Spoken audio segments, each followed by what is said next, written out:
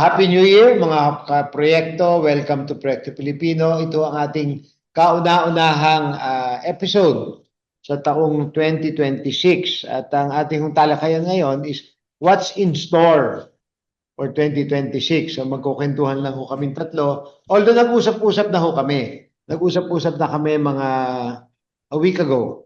Abang si Manolo ay narito galing Korea at si Laylay nandito pa ho pero aalis na rin yan. Ano?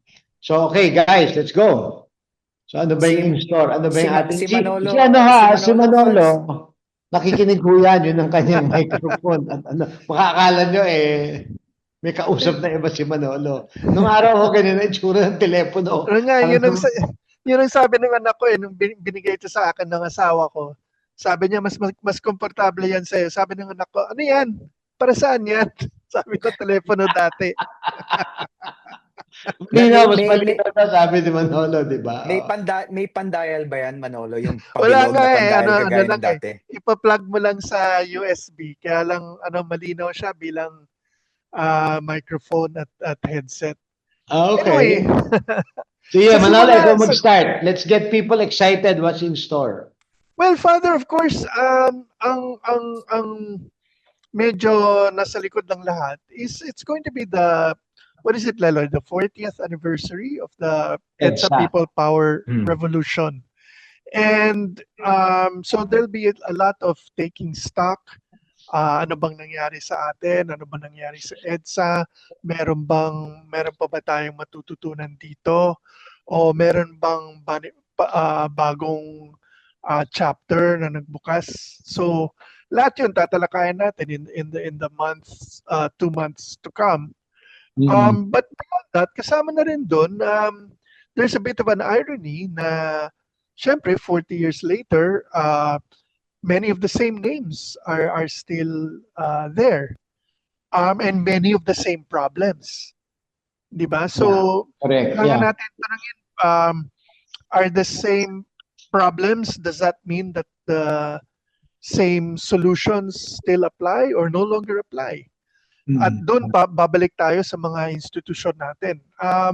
Sa simula pa lang ng taon, 3 bagay ang mapapansin natin. Unang-una, nagkaroon na tayo ng panibagong budget at yung nagdulot ng karami-raming mga headache last year, nandun pa rin yung mga unprogrammed funds.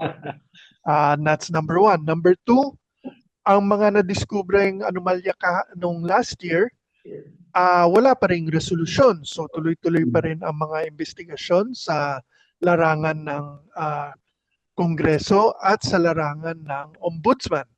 At sino sa dalawang institusyon ang makakahanap o makakakalkal ng katotohanan o kung ano ba talaga ang nangyari at sino ang dapat managot.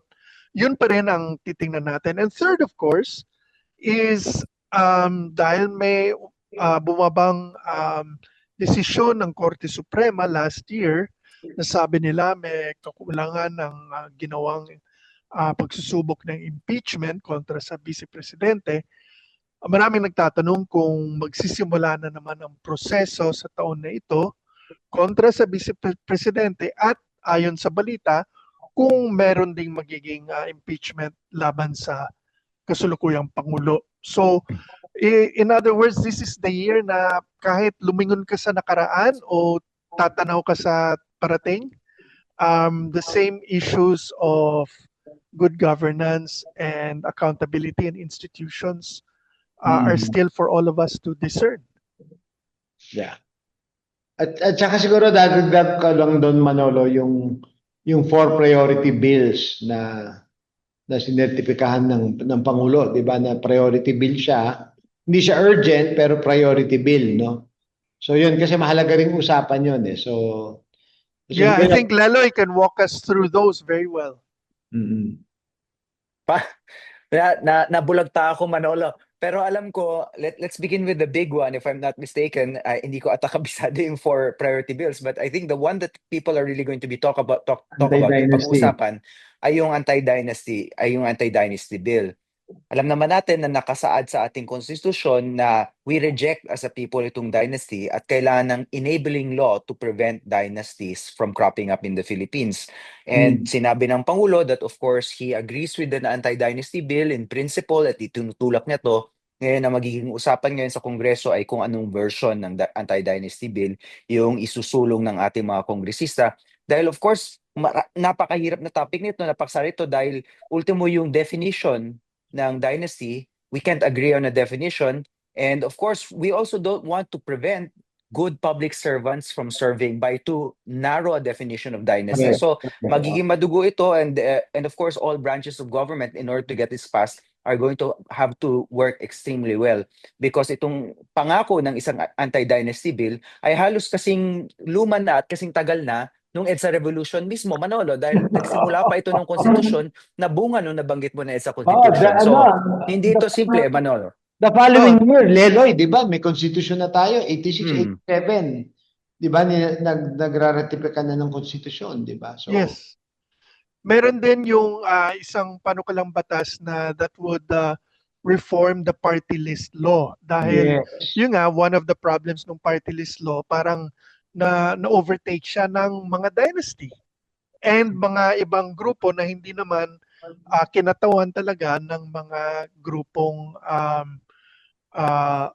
alam mo na nasa laylayan. So, isang malaking bagay din ito. Meron ding ibang proposals na magkaroon ng constitutional convention na dati iniwasan pag-usapan ng mga miyembro ng Kongreso. Ngunit ngayon, Kongreso na mismo ang nagsabi, bukas na ang kanilang kaisipan na magkaroon ng isang constitutional convention. Ang dami-daming dahilan kung bakit gustong irepaso ng mga taong konstitusyon from political to economic concerns. So for example, meron pa rin mga tao naniniwala na federalismo ang solusyon sa Pilipinas. Siguro hindi mangyayari rin sa isang constitutional convention dahil federalismo ay, it's been a pipe dream for a very long time but it's very difficult to achieve. May mga naniniwala na dapat parliamentary form ang Pilipinas. These are kind of big changes to the system. Pero marami sa ating economic analysts naniniwala naman that our constitution is one of the most economically restrictive constitutions in the world.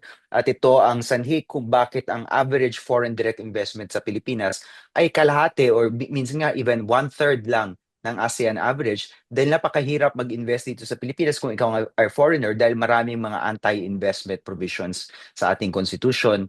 At ito siguro kung buksan yung paksa ng Constitutional Convention, babalik itong mga diskusyon na ito ulit and because it's the Constitution, these are very fundamental issues that we need to discuss as a country at we'd like to think na nandito po ang Proyekto Pilipino para gabayan ng ating mga viewers dito sa mga debate na to present both sides and to do so in our classic non-partisan but warm and funny manner. Yeah, hindi, ganun naman dapat, di ba? Kasi, ano siya di ba nga napag-usapan natin, di ba, nung nag-meeting tayo na, kung tutusin mo, para sa ordinaryong mamamayan, tayo kasi, in a sense, napipilitan, in quotation marks, napipilitan tayo mag-aral dahil dito rin, di ba? Tsaka dahil sa trabaho natin. But for the average Filipino, parang napaka-foreign itong usapan na to, di ba? Di ba nga napag-usapan natin na yung kumakagat talaga sa mga tao, ano ba yung malapit sa bituka namin, di ba? Kumbaga, one or two levels, apart from the day-to-day concerns. Pero napakahalaga, di ba? Napakahalaga. And I think, isang importanteng dynamics din, Manolo and Lelo, is yung boses ng kabataan. I think that's a game changer, whether we like it or not. So, yun yung isang napakahalagang elemento, no? Actually ngayon, just to share with you, nandito ko sa Tagaytay kasi evaluation and planning ng Caritas Philippines, no? And isa nga sa mga napag-usapan namin this morning is that ang daming feedback na dumadating sa amin na mga civil society organizations, mga partners na parang ang isang inaasahan ng husto ng mga civil society organizations ay ang simbahan, no? And again, that's a very interesting kasi parang after 40 years, parang we come full circle, no? Simbahan na naman, kami na naman. Parang, for me, that's an interesting question, whether it is true or not na simbahan ang may for lack of a better term, may clout, di ba, to influence very important issues. I'm not very sure kasi alam nyo ito, ang takot ko is isipin ng ibang miyembro ng simbahan na it's still 1986. That's my biggest fear, di ba? And alam naman natin itong nakaraang dalawang eleksyon, kung merong natutunan tayo at siguro mga ibang kasapi ng mga opisyal ng simbahan is that hindi ganun ka tugma ang simbahan at ang taong bayan. Kasi yung, halimbawa, wag na lang, without going into the details, yung mga kinampanya ng simbahan, yung sinuporta nitong nakaraan dalawang eleksyon, hindi nangyari, no? So merong konting awakening na sandali, hindi anong nangyari, bakit ganun? Parang hindi tayo talagang parang aligned with our communities, no? So for me, if ever kung meron mang impluwensya ang simbahan, I think, and that's what I'm trying to do with Caritas, is we need to go to the grassroots, no? Kasi ang daming nagsasabi, I'm sure you've heard this, yung mga nakaraang rally natin against the corruption, especially yung November 30. Even those who organized that rally were saying, sandali, we're preaching to the choir, no? Tayo na naman yung nag-uusap. Hindi Well, tayo. friends, meron akong gustong tanungin sa inyo about this because sa akin, in our discussions dito sa proyekto, ang isang parang natutunan natin or parang palagi nire-remind sa atin, ang hanap ng mga mas bata sa atin is authenticity. Na kahit anong gagawin mo, basta totoo ka sa sarili mo bago ka pakikinggan o tatanggapin ng iba. And what I've seen is, kung titingnan mo rin ang liderato ng Simbahang Katoliko over the past couple of decades, I really think you can say that the new generation of leaders of the church are more authentic in their bearing witness sa kanilang pananampalataya because parang less of the compromises na talagang nakakabigay ng dismaya sa publiko, less dependent on favors from the powerful, more willing to hindi ba kahit ang bagong Santo Papa sabi niya, if you have to tell the truth and make people angry, go ahead. Yeah. Diba? Sabi niya, alam mo, yung so I have a feeling kaya mas katanggap-tanggap o mas bahagi ng konversasyon ng ang simbahan ngayon kaysa sa maybe the past. Can I make a point about that, Fads Manolo? Yeah. Bilang isang historiador, makikita mo naman talaga yung kasaysayan ng Simbahang Katoliko sa Pilipinas. May mga pagkakataon na talagang totoo siya. Tinatamasa niya yung kanyang pangako. May mga beses na nakakalimutan niya yung mga pangako ngayon. So, if you look at Long Dure, nung 1600s, nung unang dumating yung mga friar orders dito, yung Dominicans, hindi sila yung mga praile na makikita mo sa Noli Me Tangere. Sila yung mga praile na sinasabi sa mga conquistador, bawal pumatay, bawal manakop. Yung mga Indio na yan, mga tao yan.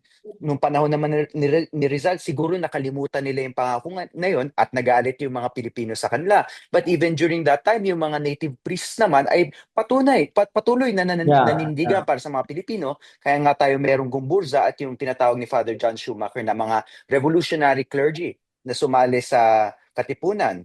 Diba? Pagkatapos, of course, nangyari din nung panahon ng martial law, meron mga pare na bahagi ng diktadurya, bahagi ng karahasan, pero marami rin ng mga pare na nanindigan at mga madre. Huwag natin kalimutan ng mga madre na gamit ang kanilang rosaryo, pinigilan yung mga tangke sa EDSA, di ba?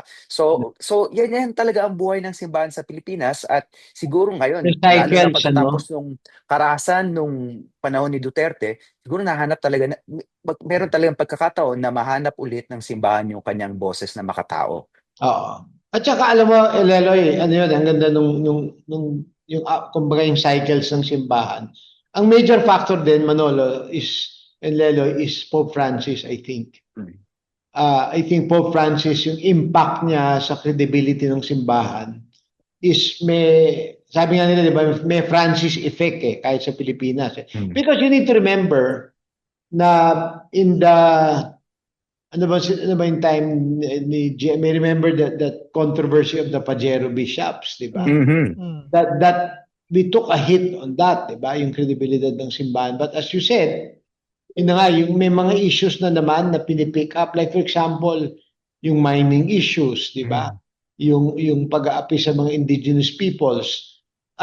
Yung mga at the forefront ang simbahan diyan, ano? So in a sense, that is part of the I guess the regaining of the credibility. Tsaka And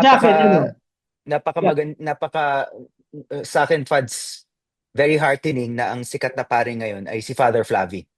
Yes. Yung mga ganyang klaseng pare ang sikat ngayon. Ito ang mga modern Padre Burgos natin. Di ba, it gives you a good, it makes you proud, di ba, to work with people like this. Tsaka pag nakausap mo si Father Flavi, through and through yung dedication niya sa ministry, no? And remember, yung si Father Flavi, siguro pa lang sa kalaman ng mga tao, hindi lamang yung kanyang pakikiisa sa biktima ng EJK, yung kanyang ginawa over the decades. Meron siyang Kalinga Foundation. Yun, yung mga homeless, lahat, bibigyan nilang pagkakataon, maligo, kumain, yung just that simple those simple acts of giving them dignity. Yun yung kanyang yun ang kanyang And syempre rin, ang isang major na dapat din ng simbahan is yung kabataan, and I think dapat pala isang araw Leloy Manol, imbitahin natin si Dr. Jail, di ba? Kasi yun ang kanyang field of study, di ba? Yung kabataan, Catholic youth of the Philippines, no? Kasi nga, di ba, isa sa mga coming up soon sa atin sa Proyekto Pilipino is yung ating civics and civics education and formation. And in fact, nakausap ko na yung mga anchors na kabataan na umuo na. 4 sila, si Elijah Canlas, si Ito na pala Joseph. By the way, viewers, ito na pala ang big news. Si Father Tito, swabe lang yung pagka-introduce, pero ito na yun. Ito na yung headline. Ito na yung headline. Si Elijah Canlas, I think kilala ng mga tao kasi one of the more parang parang mga hindi siya yung pop culture type of mga projects. Medyo serious serious acting project siya, no?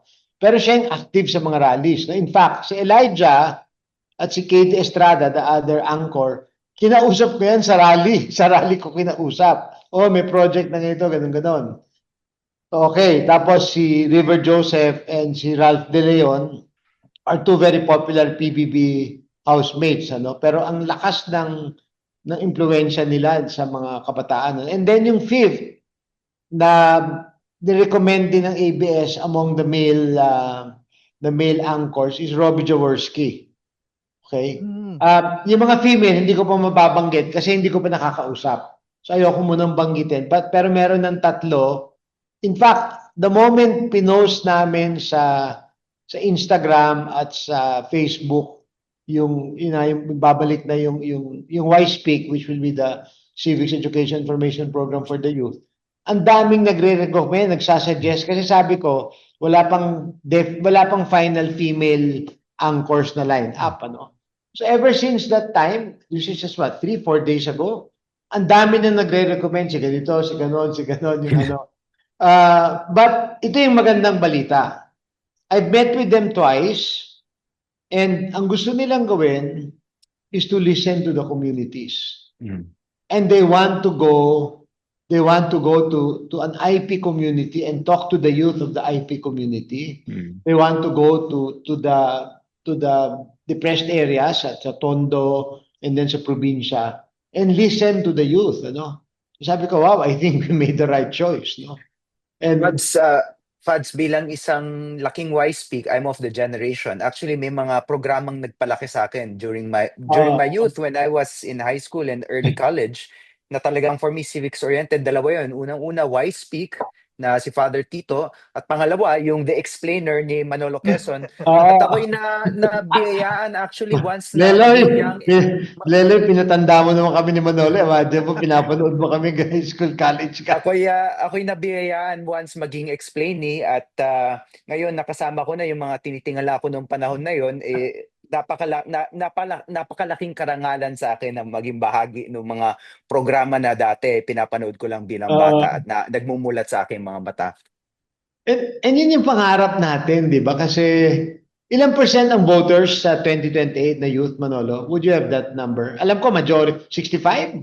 Yeah, something like that. Something, no? Mga 65%. My God, nakita na natin epekto nitong midterm, di ba?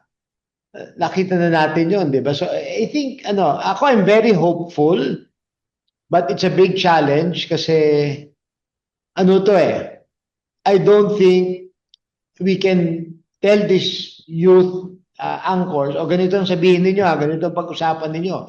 No, we just let it become a free-flowing discussion, di ba? Merong topic outline, meron, di ba, yung napag-usapan natin na meron tayong spine, di ba? Pero after that, yung mangyayari, I mean, we have no control, which is how we want it, di ba? That's how we want. May tanong po ako, Fads. Unang-una, what made you want to revive this legacy brand? Kumbaga itong Y-Speak. Pangalawa, anong connection nito sa Proyekto Pilipino sa mga ginagawa natin dito sa programa? Okay, yeah. Well, una sa lahat, yung Y-Speak, siguro mahigit 10 taon na. Siguro, in fact, almost 20 years nang gustong i-revive yan. For almost 20 years. Kasi nawala siya nung nawala siya nung 2005, 2006, somewhere there, I think. And then, a few years later, gusto na i-revive, pero hindi matuloy-tuloy. And then, bago nag-pandemic, there was that strong push. In fact, pinag-uusapan na si Robbie Domingo, the format was talked about, and naghahanap na ng mga ibang host. Tapos nawala ng franchise ang ABS, tapos nag-pandemic. So ngayon, dahil ditong nakaraang midterms, and then also because of really the very, I'll be very kind, the vibrant mood in the socio-political situation, parang people felt, okay, it's time we do this. And I think, not for anything, di naman siguro sa pagbubuhat ng bangko, itong proyekto helped us develop that thinking, and finally, parang the inertia to say, okay, let's do it now. Let's do it now. Kasi nga, we'll be very upfront, no? Because we want the youth to make a good choice in 2028, di ba? We're not gonna work for this or that candidate, but ang importante lang kasi makita ng kabataan, ano ba yung responsibilidad ko at ano yung aking kapangyarihan, di ba? Yung civic duty and responsibilities, but also the power to. Kasi at the end of the day, they have to wield the power. Kung gustong makinig ng mga pinuno, dapat ipakita ng kabataan yung kanilang sariling na kapangyarihan. Tsaka ito yung siguro naman lagi ko itong kinakwento kay Leloy at kay Manolo at kay Carlo is ang frustration ko sa EDSA, naputol yung proseso Naputol yung proseso Kasi I always share this with you, di ba? Nasabi nga ni Father Jack Carroll sa akin 40 years ago. Sabi niya, yung mahihirap wala sa EDSA. We need to bring it the event, we need to bring the meaning of EDSA to the people. And hindi lang yung mahihirap, kundi yung mga tao sa probinsya. Ito sa basically a Metro Manila event Let's face it, di ba? But tandaan din natin, right before that, yung buong bansa was na-energized nung kampanya ni President Cory. Remember? At nagdalamhati po nung pinatay si Senator Aquino. Nagtaon ka nung Leloy. Buhay ka na ba noon, 1986? 84 po ako pinanganak. 84. Buhay ka na noon. Buhay na po, pero wala pong alaala. Wala kang maalaala. Si Manolo. Di ba Leloy doon, pupunta si President Cory, ang kanyang entablado 6x6 truck. Alam niyo pa ba yung 6x6 truck? So, yung lalagyan nyo ng mga ano, di ba? Lalagyan ng, ang tawag dito, yung buhangin, di ba? So, yun ang kanyang entablado. But anywhere she went, parang na-energize yung citizenry, no? Mm. And that's why to a certain extent, oo, wala sila nun sa EDSA, pero prior to that, naging bahagi sila ng entire movement na they wanted to show reform. No? People, yung mga tao, they regained their voice again. No? Sa akin, yun yung pangarap ko, di ba? Na kung ano yung naputol nun, mabalikan natin according to the present context, which is kabataan, di ba? Akala ko nga, nung EDSA 2, akala ko magtutuloy eh. Kasi yun, a lot of young people were active in EDSA 2, no? And then, the other point na akala ko magti-trigger din was Ondoy eh. Kasi Ondoy, ang gumalaw noon, mga student councils eh. And I thought it was gonna snowball, no? So, but you realize then, kailangan ng konting support, di ba? So, and that's why hopefully itong civics program natin na siguro kwento na rin natin sa kanila, magkakaroon ho kami ng mga iba't ibang putahe, kumbaga sa Proyekto Pilipino, no? Isa ito yung civics program para sa kabataan. Tapos Yung YSpeak po yun. Yung no? YSpeak, yung So YSpeak. YSpeak po yung magiging angkla natin moving forward, youth, yung big project. Tapos yun yung parang main natin, 'di ba? Yung civics education. And then si Leloy papaliwanag niya yung gusto niyang gawin at si Manolo rin na na braso namin ni Leloy na may gawin din. Ako yeah, go ahead. Yeah. So ang gusto po namin gawin ay gumawa po ng as opposed to just having Proyekto Pilipino, we'd like to have a kind of Proyekto Pilipino network of programming, podcasts, and shows. Medyo ganun na po yung nangyayari kasi meron pong Father Tito Kaluwag network of podcasts and show kasama na yung mga Journeys of Hope at saka yung Proyekto Pilipino. But we're going to Huwag mo expand kalimutan yung huwag mo kalimutan yung aking top rating. yung misa po. Sa Pamilya de Lamas. Yung misa po, opo. Yung misa po. Ang talagang nagpapasikat sa Kaluwag family of shows ang Daily Mass. Pero kidding aside po, gusto po namin gumawa ng Proyekto Pilipino network of shows. Ako mismo, the show I want to do is English show kasi marami po akong estudyante sa US na gusto ring makinig ng civics. So magpapatakbo po ako ng isang English podcast na ang pamagat ay How to Filipino. And I use Filipino there as a verb. So not just Filipino as an identity, but Filipino as an activity that we keep on doing. Kasi for me, that's civics. But I want to approach it through the lives of extraordinary Filipinos who will teach us how to Filipino. So it's going to be an interview show, a little bit like Journeys of Hope, where I talk to people and have them tell me what their life stories are. So sometimes kasi we can approach civics from the perspective of the law, we can approach it from the perspective of history, pero sa tingin ko yung pinakamatalab na version ng civics ay yung kwento. At tatanong ko sa mga viewers natin, there are many people who are not eloquent. But when you ask them to talk about their lives, when you ask them to talk about their journey, suddenly ang ganda ng kwento nila. So sa tingin ko marami akong magandang kwento may uungkat dito. At kung meron kayong suggestions for extraordinary Filipinos who you think Filipino the right way, please recommend them to us and we will try to feature them. Ako, Leloy, Father Flavi. Opo. Tama. Exactly. Nabanggit na po natin. Siyempre, marami yan.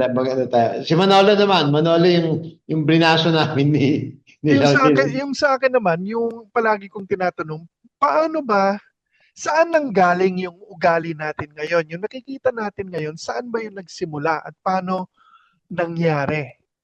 So it could be, in a sense, it's becoming Filipino. Yung paano ba tayo naging ganito? And ang isang advantage ng format natin dito, hindi tayo nagpapatali sa oras. In other words, kung ano ang kailangan na panahon para talagang suriin ng husto ang isang topic o isang bagay, ginagawa natin ito. Hindi natin pinipilit na pagkasyahin sa 3 minutes, 5 minutes, or whatever bite-sized piece. So maraming pwedeng pag-usapan and yun naman ang gusto kong gawin. I'm hoping that in the future, si Carlo naman will be able to talk about the side of of life na hindi namin masyado alam ni Leloy, which is entrepreneurship and how Yes. to be a good father and businessman at the same time, hindi ba? Na Mm.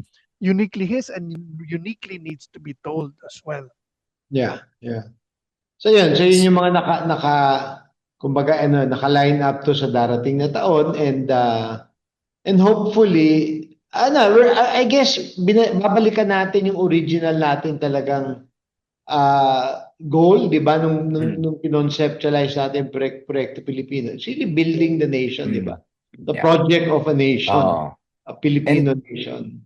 And if I may add, Fads, nga pala, in case mamimiss nyo kami magkakasama, hindi po mawawala itong usapan namin. I-rebrand lang namin as Usapang Proyekto.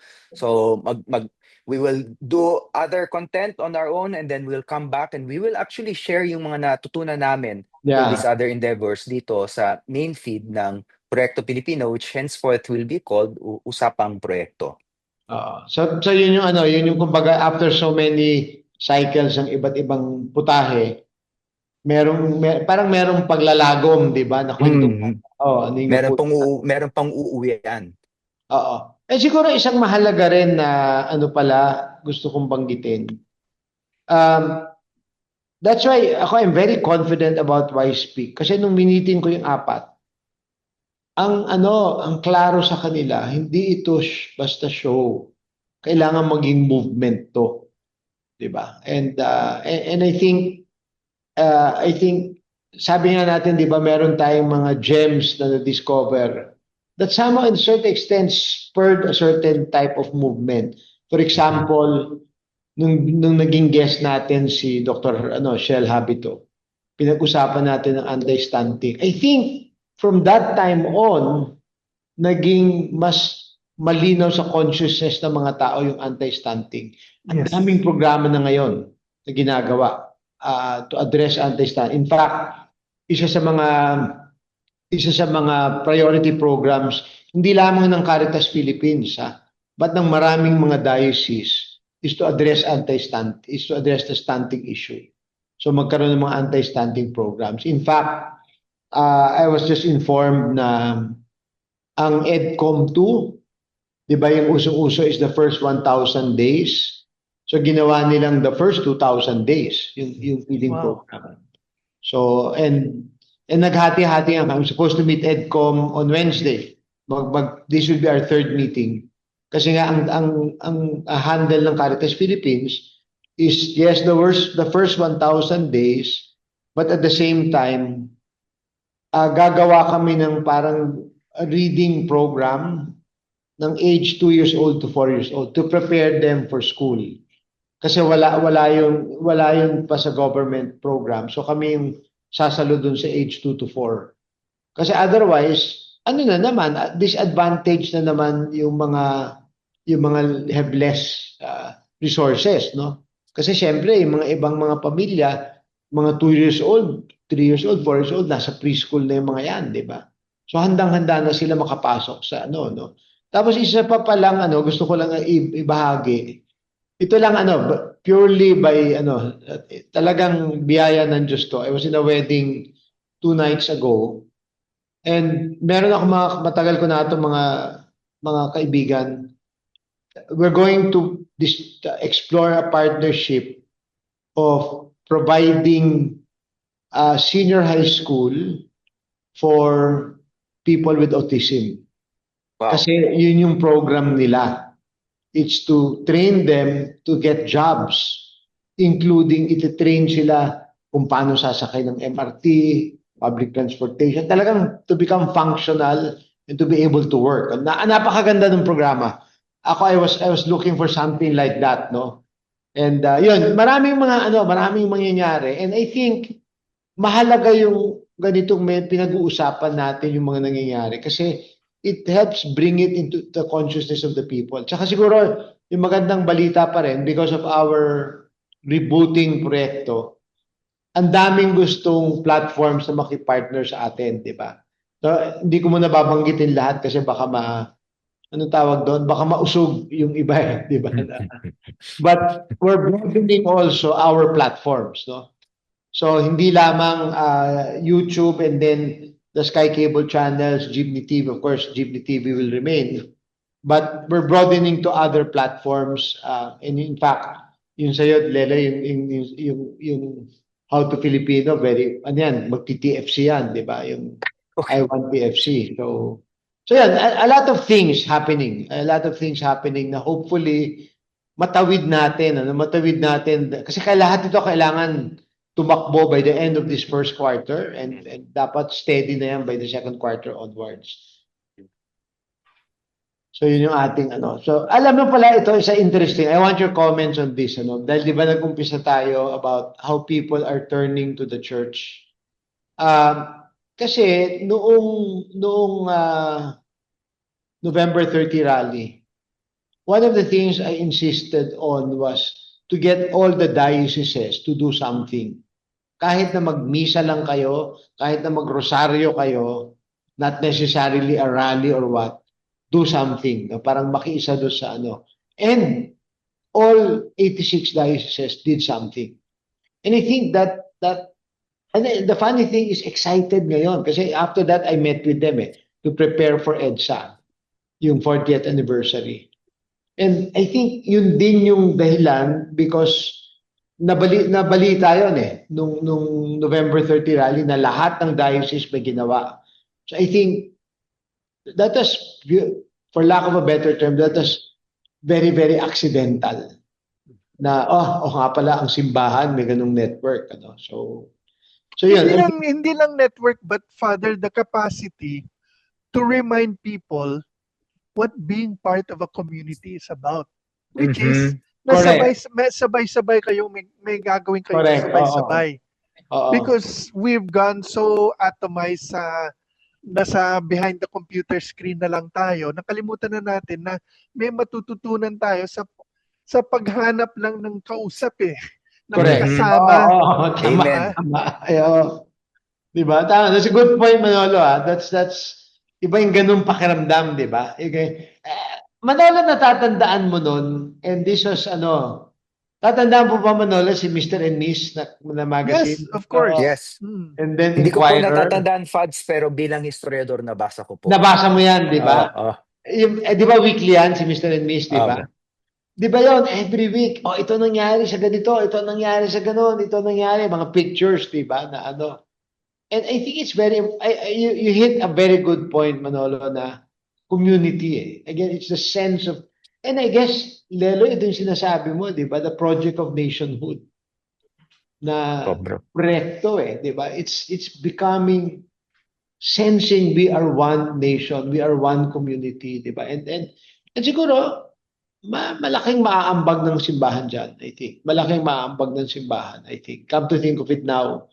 Kasi sometimes we think of the influence of the church lang in political, I think, for me nga, we should shed off that thinking. Yung political influence, I think it's just being one with the people. Makiisa lang sa tao and pabayaan mo yung tao ang manguna, di ba? Kami mga pare. Let the lay people take the lead, di ba? So, but come to think of it, that's a good point. That gives you a better perspective of. Kasi, okay, siguro ikukwento ko na lang kung and then, nakwento ko na ito kay Manolo at kay Leloy. Yung pag-coordinate ng simbahan nung 30 November rally, purely, in quotation marks again, accidental. Kasi kailangan mag-coordinate. Otherwise, medyo magkakaroon ng konting, hindi manggulo, but madidissipate yung effort, no? So, okay. So, natawid, no? And yun na nga, ang naging resulta, yung kung yung iba nga sabi, ay, tinanong kasi ko, happy ka ba yung result ng rally nung November 30? Sabi ko, oo, kasi nationwide. Of course, lahat sasabihin, ay, mas konti compared to September 21. Ang daming factors September 21, mainit pa yung issue. Dami nang nangyari, di ba? I mean, that's what?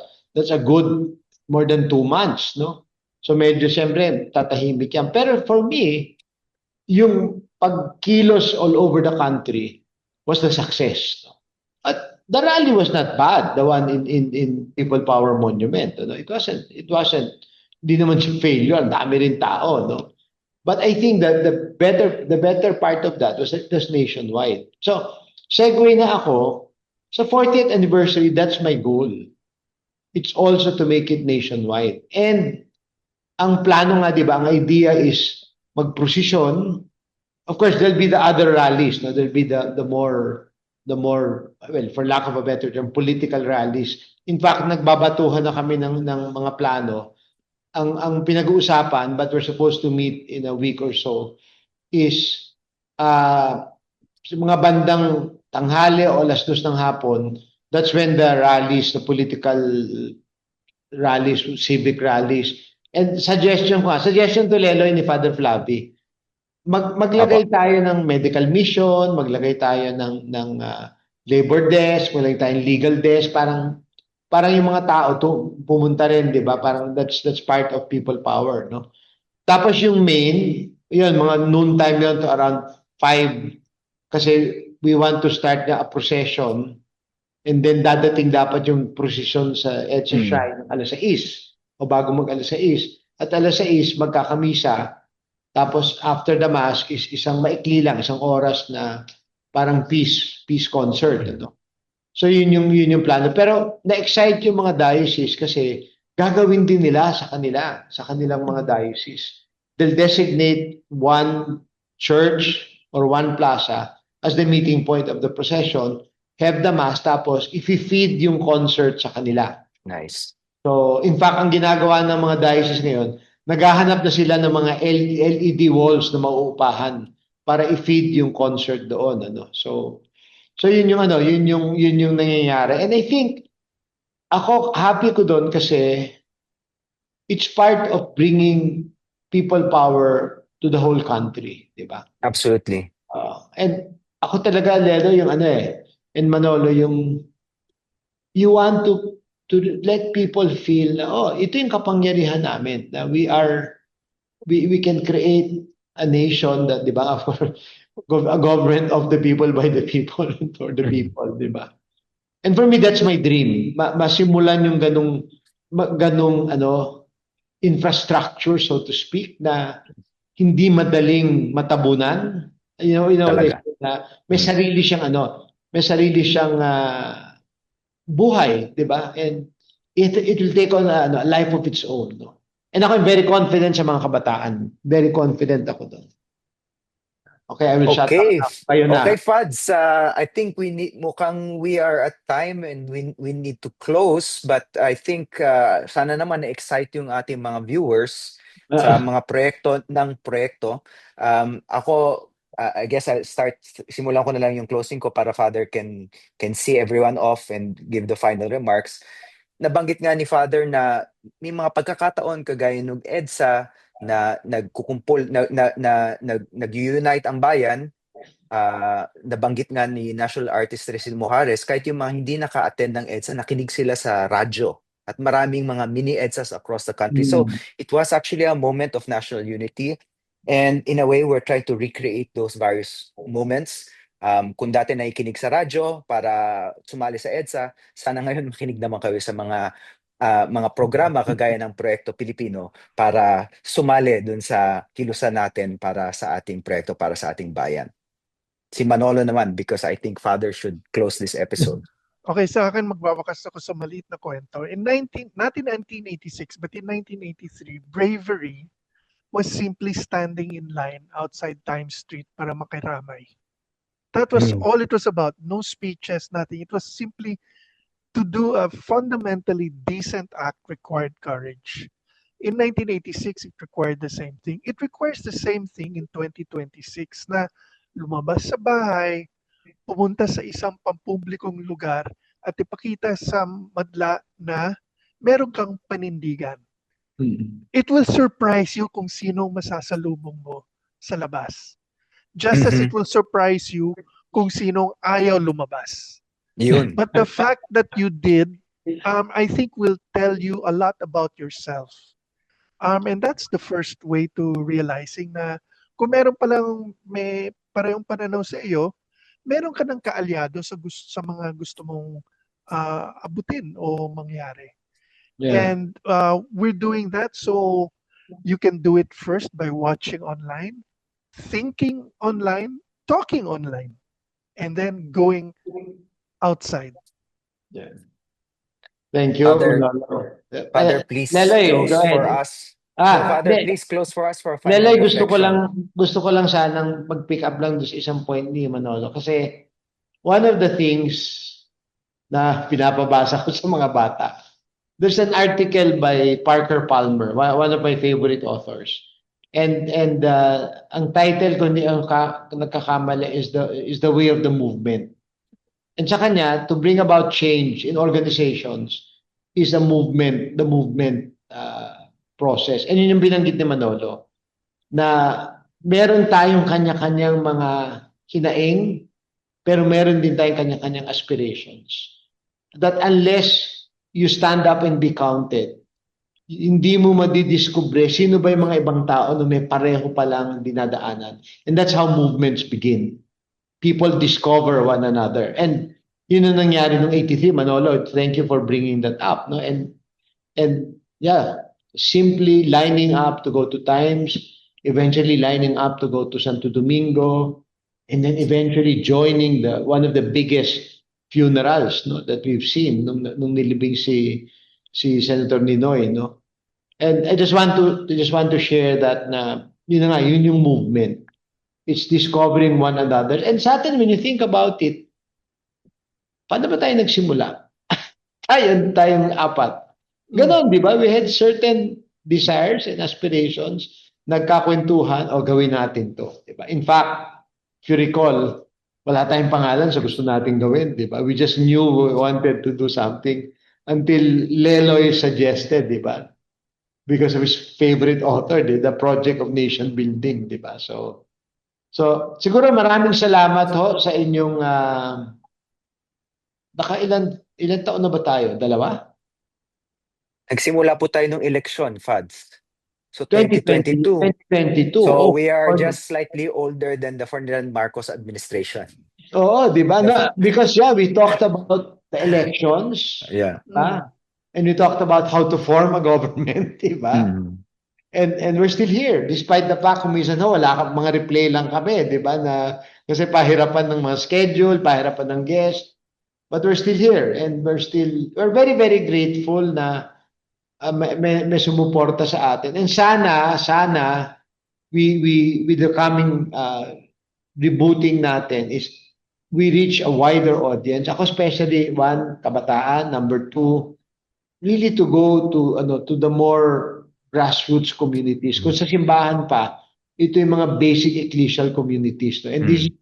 And for me, this is, again, I'm hearing the voice of one of my mentors as a Jesuit, as a priest, as a Jesuit before, as a priest now, si Father Carol. We need to bring, kasi believe na believe siya sa EDSA. Pero ang biggest, niya is, the poor, siyempre in terms of the poor were not at EDSA. We need to bring the grace to them, or whatever you want to call it, no? So siguro abangan ninyo kasi in the coming weeks, of course, we will begin to slowly introduce the different formats. But of course, I think itong mga darating na linggo pa, we will be having episodes leading to EDSA, no? And I think very important yung sinabi ni Manolo na maraming hindi na nakakaalam ng kwento. And again, we will revive the narrative. And we'd like to do the narrative of yung nabanggit mo, Manolo, na people stood up to be counted, no? And it's to give courage to one another, no? So marami pong salamat, and sana ho ay ma-excite kayo sa napag-usapan namin, at we hope that in the coming, by the end of this first quarter, we're going to do the different shows. So thank you very much. Ito po ang Thank you, Be. Thank you, Manolo and Leloy. Thank you, Fads. And see you next week, I guess, for Next week. episode the following week. So ito pong Proyekto Pilipino, maraming salamat po.